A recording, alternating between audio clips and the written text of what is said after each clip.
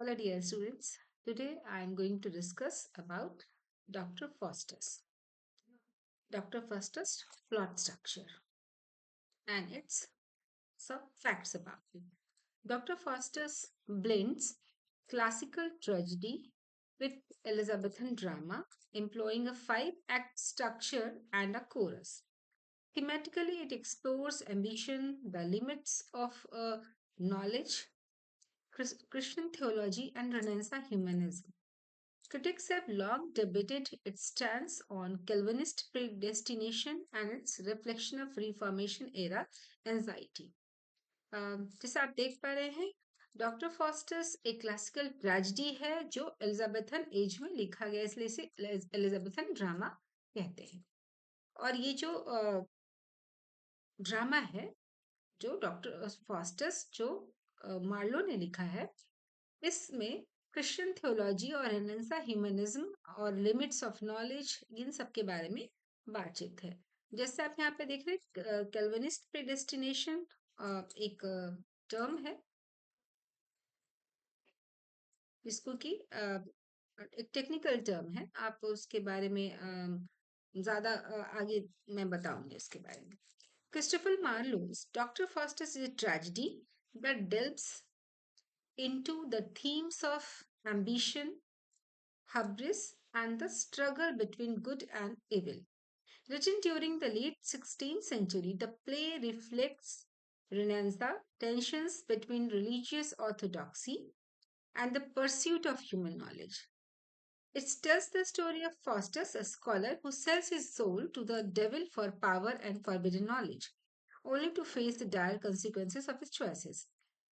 ऐसा माना जाता है कि ये जो कहानी है एक फोकलोर पे बेस है, जर्मन फोकलोर पे बेस है, जहाँ पे रियल नेम डॉक्टर फॉस्टर्स के नेम से एक स्कॉलर थे और उनकी जिंदगी पर ये कहानी बेस्ड है। जर्मन गोथिक नॉवल पे एक प्लेस पे कहानी बेस्ड है। और ये जो प्ले है इसके बहुत इलास्टिक इन्फ्लुएंसेस थे, बहुत सारे एडेप्टेशंस बने, फिल्म और कई इसके परफॉर्मेंसेस आज तक होते हैं क्योंकि इसमें सुपर नेचुरल लीजेंड्स का जो कैरेक्टराइजेशन किया गया है फॉस्टर्स और मेफिस्टोफेलिस का, वो आइकॉनिक फिगर है वेस्टर्न लिटरेचर। ये जो प्ले है this play is in blank verse and prose in 13 scenes. इसके दो आपके पास एडिशन है। 1604 का जो एडिशन है उसमें सिर्फ 13 सीन्स है और 1616 का एडिशन है उसमें 20 सीन्स है। और ये जो भी आप पिक्चर देख पा रहे हैं इसमें ये जो पिक्चर है ये एक सीन को डिपिक्ट करता है जिसमें कि लूसीफर जो माना जाता डेविल है उससे डॉक्टर फॉस्टर्स की मुलाकात होती है। The devil and doctor Faustus meet, ये एक सीन है and it is very famous. जैसे आप देख पा रहे हैं कि इसमें जो ब्लैक मैजिक है इन सब के बारे में डिपिक्ट किया गया है। इस जो प्ले है वो शुरू होता है जहाँ पे कोरस ये एक्सप्लेन करती है, the coarse explains that fosters was low born, छोटे घर में जन्म हुआ है उनका, लो सोशल रैंक में, स्टिल वो थियोलॉजी में डॉक्टरेट हासिल कर लेते हैं और यूनिवर्सिटी ऑफ विटनबर्ग से उन्होंने ये हासिल किया। लेकिन वो इतना ब्राइट स्टूडेंट है कि हर एक आर्ट को, वो मेडिसिन हो, लॉ हो, हर एक को वो बहुत आसानी से कैप्चर कर लेते हैं, उसमें एक्सीलेंसी उनकी हो जाती है। फिर अंत में वो नेक्रोमेंसी की तरफ, जादूगरी की तरफ, ब्लैक मैजिक प्रोबेबली जो नेक्रोमेंसी उसकी तरफ उनका झुकाव बढ़ जाता है क्योंकि उनको हर एक जो वेरियस ब्रांचेस ऑफ नॉलेज और जो भी चीजें हैं उनसे ज्यादा लगता है कि मैजिक इज वर्थ लर्निंग। तो अपने सर्वेंट वैगनर से कहते हैं कि आप मुझे मैजिशियंस जो हैं वर्ड्स एंड कॉलोनीज उनसे मुझे मिलवाओ, जो कि who has been trying to interest him in magic for some time and he is elude. While he waits, he is visited by a good angel. Good angel आता है, उसे डिसेड करते हैं, उसको बताता है कि नहीं अगर आप ऐसा करोगे you will have bad consequences, लेकिन स्टिल बैड एंजल भी उसी समय आता है एंड ही इनकरेजेस हिम। और इनका माइंड सेट तो बिल्कुल बन ही चुका है कि वो उसे ये सब करना है, तो he is incline to do this. Valdes and Cornelius arrive, वो दोनों आते हैं जिसको कि कहा गया है से मिलवाने के लिए। और वो दोनों जब जादूगर आते हैं तो वो बताते हैं उसको, great things are indeed possible with someone of Faustus learning and intelligence. वो चढ़ा बढ़ा के उनको बताते हैं कि नहीं, ब्लैक मैजिक से एवरीथिंग इज पॉसिबल। उसके बाद फॉस्टर्स एक डिनर में जाते हैं, यूनिवर्सिटी का एक डिनर होता है वहां पे। जो टू स्कॉलर्स जो है वो देखते हैं कि फॉस्टर्स वहां पे नहीं है, और वो उनके नौकर वैगनर से पूछते हैं कि कहाँ है। तब पता चलता है, वैगनर इन्फॉर्म करता है कि he is with welds and कॉर्लेनियस। तो उनको समझ में आ जाता है स्कॉलर से वहां पे कि जो मैजिशियन है करप्टेड हिम, और वो रेक्टर जो है यूनिवर्सिटी के उनको इन्फॉर्म करते हैं। इसके बाद में जो सीन में दिखाया जाता है कि Faustus attempt to conjure a devil. Conjure में बुलाना, एक वो रिक्वेस्ट करते हैं कि मेफिस्टोफेलिस आता है। मेफिस्टोफेलिस जब अराइव होता है वहां पे, तो फॉस्टर्स को ऐसा लगता है कि जैसे उसने उसे समन किया है। But Mephistopheles says that he came of his own accord, वो अपने मन से आए हैं, एंड ही सर्व्स लूसीफर। और चूंकि उसका जो इंटेंशन है, उसको वो और ये बात वो ये कहते हैं, cannot do anything without his leave, और अपने मर्जी का वो मालिक है। लेकिन फॉस्टर्स जो है कई सवाल उससे पूछता है मेफिस्टोफेलिस से, लूसीफर के बारे में, हेल के बारे में। और उसके बाद वो उनसे कहता है मेफिस्टोफेलिस से कि लूसीफर से जाके बात करो कि मुझे पावर चाहिए। तो, और एक सीन है वहां पे, वैगनर वहां पर आता है जो तो डेविल को बुलाता है और एक क्राउन को डराने के लिए कोशिश करता है कि this is a comedic scene. उसके बाद मेफिस्टोफेलिस रिटर्न होता है, and Faustus signs a contract in his own blood. अपने ही खून से एक कॉन्ट्रैक्ट साइन किया जाता है डॉक्टर फॉस्टर्स के द्वारा, जिसमें कि वो ये कहता है कि he will serve him for 24 years। और उसके बाद at which point Lucifer will claim him body and soul, and this is very एक चिंताजनक है यहाँ पर कि वो अपनी बॉडी ही नहीं, अपने सोल का भी कॉन्ट्रैक्ट साइन करता है। और जैसे ही कॉन्ट्रैक्ट साइन होता है, he is going to enjoy the powers black magic के द्वारा, तो वो सबसे पहले कहता है Faustus ask for a wife. But जो मैरिज है इज सेक्रेट सेरेमनी, तो इस तरह से वो नहीं कर सकता है। इसलिए मेफिस्टोफेलिस डिक्लाइन करता है और कहता है, अरे it is a but a ceremonial toy, इसकी क्या जरूरत है। और उसके बाद वो उसको बुक ऑफ नॉलेज और कई पावर की बुक्स और ये सब उसको उसकी तरफ का रुझान करता है। और उसके बाद in this corresponding comedic scene, Robin a hostler एक कंजरिंग बुक चुराता है और वो कुछ मिसचीफ उससे उसके साथ करता है। इसके बाद फॉस्टर्स बिगिंस टू वेवर, लेकिन वो लड़का बार बार उसका मन कह रहा है कि ये जो उसने किया है, ये जो कॉन्ट्रैक्ट उसने किया भी गलत है। और इसके कई बहुत अच्छे पोएटिक रेमिनिसेंस आपको यहाँ पे दिखते हैं, जो मान लो यहाँ पर कई आपके फेमस कोट्स हैं जो फॉस्टर्स के डायलॉग्स हैं, उसमें दिखता है आपको। बट जैसे ही वो वेवर करता है, लूसीफर या मेफिस्टोफेलिस से आता है, उसको फिर से ल्यूर कर लेते हैं। Lucifer arrives to remind him of his contract, और उसके बाद उसको बता entertain him with a show of 7 deadly sins. उसके बाद उसको 7 डेडली सीन्स दिखाए जाते हैं। फिर फॉस्टर्स और मेफिस्टोफेलिस यूरोप ट्रैवल करते हैं, और वो रोम जाते हैं। वहां पे वो पोप के साथ भी कुछ मैजिक ट्रिक्स करते हैं। दो वर्जन है, वर्जन ए में रॉबिन एंड रैफ होते हैं, और वर्जन बी में डिक होता है, जो कि एक गॉबलेट चुरा लेते हैं और मेफिस्टोफेलिस को बुलाया जाता है, और मेफिस्टोफेलिस फिर बहुत गुस्सा होता है और वो उन दोनों को जानवर बना देता है। This is also interesting part. फिर फॉस्टस को होली रोमन एम्परर के कोर्ट में बुलाया जाता है, जहां पे मेफिस्टोफिलिस अलेक्जेंडर ग्रेट को और उसकी पैरामोर को वहां पे दिखाता है, शो करता है उसको। और जिससे कि वर्जन ए में और वर्जन बी में दोनों ही सीन फॉलोज होते हैं, लेकिन उसमें कुछ कुछ डिफरेंस है यहाँ पर। जो सीन ए है उसमें भी डिफरेंस है, सीन बी में भी डिफरेंस है। बस दोनों में कॉमन बात ये है इन दोनों वर्जन में कि Faustus and play tricks on a horse dealer. Horse dealer पर वो ट्रिक करता है। Faustus and Mephistopheles then put on a magic show for the duke and duchess of Vanholt. और इसके साथ ही धीरे धीरे करके 24 years आर नियरली अप। अब तो उसको डर लगने लगता है, तो वो क्या करता है, he bequeaths his position to Wagner. Wagner को अपना सारा वो प्रॉपर्टी बोलता है कि भाई तुम ले लेना मेरे बाद। और उसके बाद ही कंज्यूर्स हेलन ऑफ ट्रॉय। और अपनी Helen Troy was the most beautiful woman of the world. उसको दिखाने की कोशिश करता है अपने स्टूडेंट्स को। फिर से वो उसका मन आगे पीछे होता है, फिर हेलेन को जब देख करके उसका मन फिर बदल जाता है कि नहीं, पावर तो यहीं पे है, नेक्रोमेंसी में ही पावर है। In the final scenes Faustus admits to some scholar, उसके बाद वो सबको बताता है कि अरे उसने तो बार्गेन कर लिया अपना सोल, और अब तो उसको डेविल ले जाएगा। ठीक है।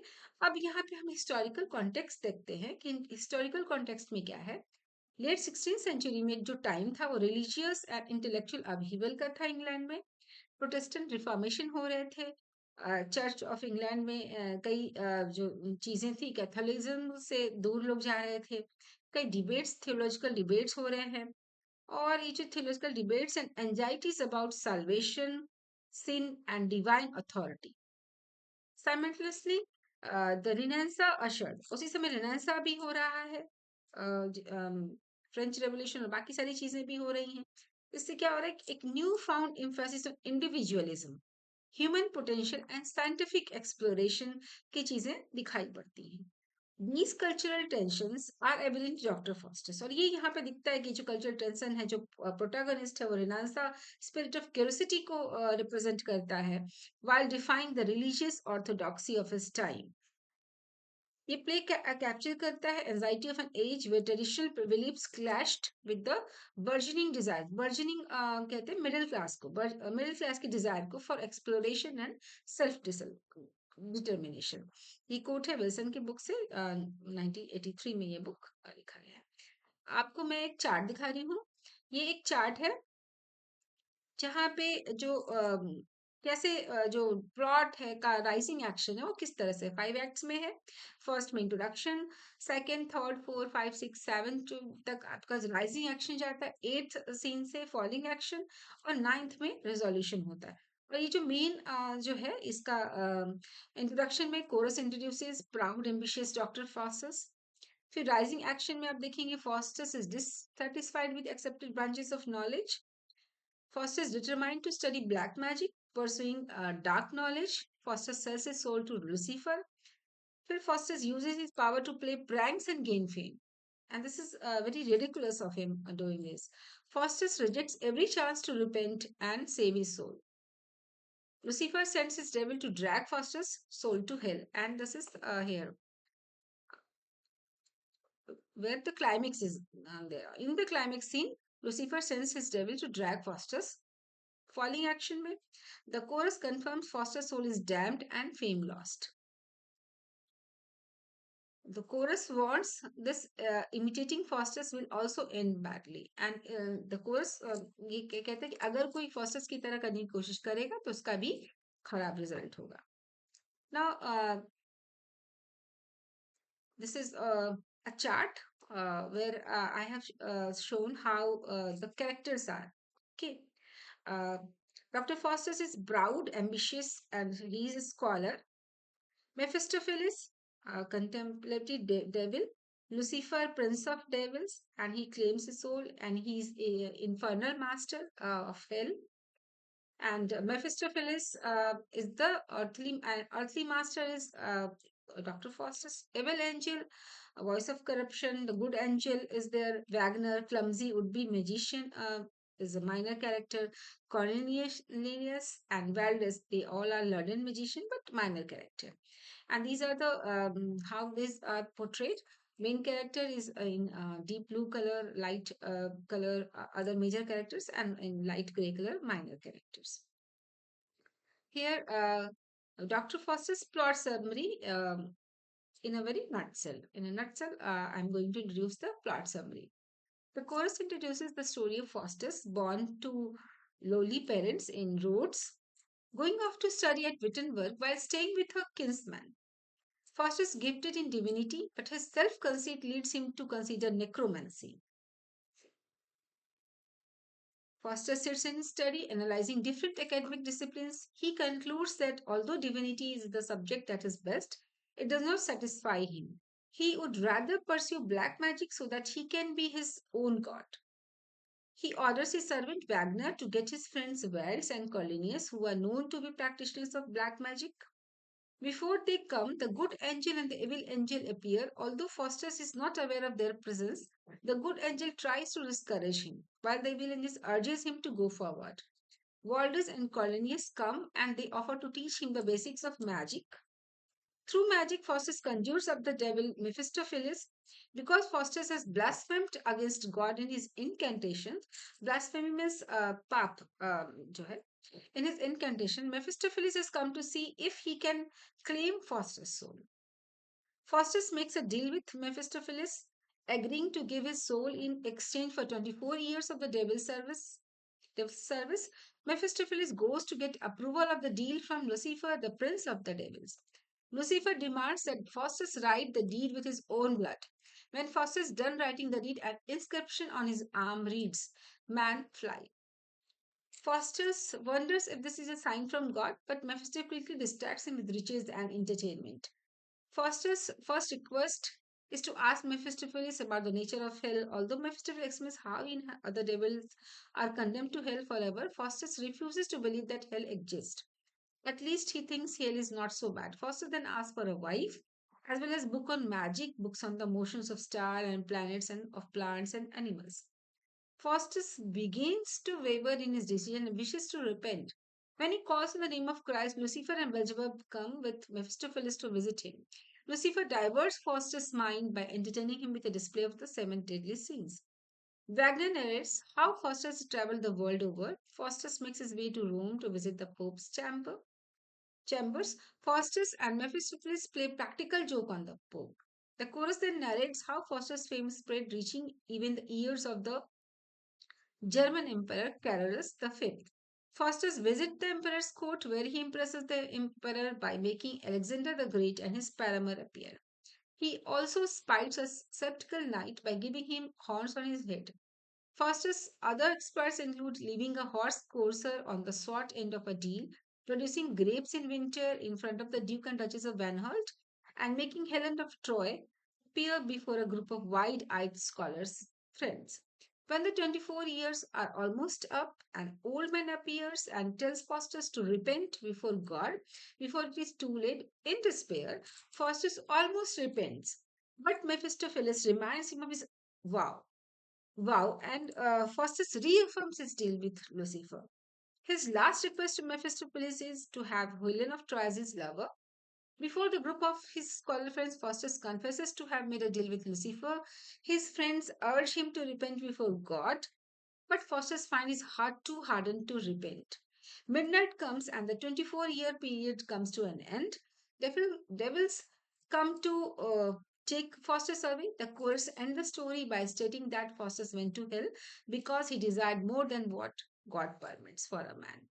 Here are the two references which I have used in this video. Reference from bookrex.com and coursehero.com.